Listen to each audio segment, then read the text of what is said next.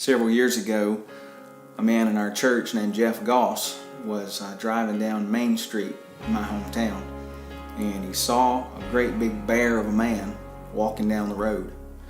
And he recognized him, or he thought he recognized him, and he pulled over and rolled his window down and said, "Hey, Alan, where are you headed? You need a ride?" And Alan needed a ride, and he got in the vehicle with him, and he said, "Where are you going?" And he said, "Man, I don't know where I'm going." He said, "I'm looking for a job. I couldn't find one."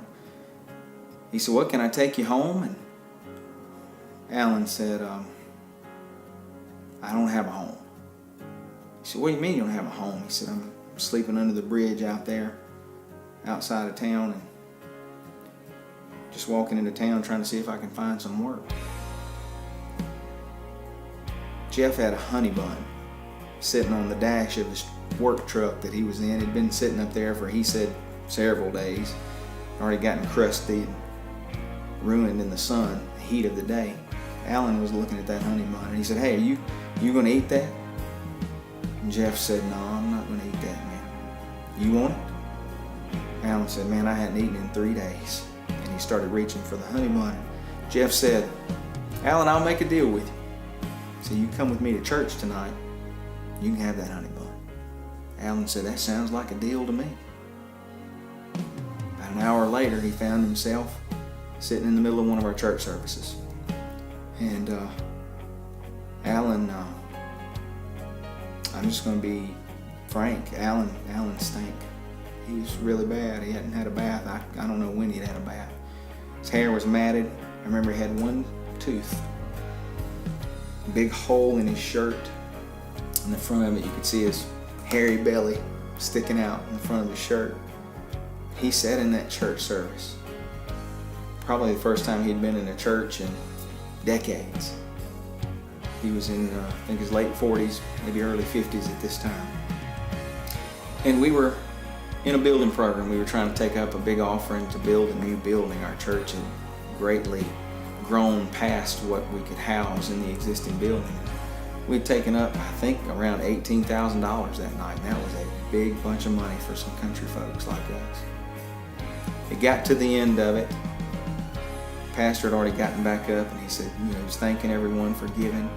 And it was at this point that Alan stood up, and he walked down the center aisle of the church, reached into his pocket, and everybody heard the clang and the rattle of the change as he threw the change into the offering pan.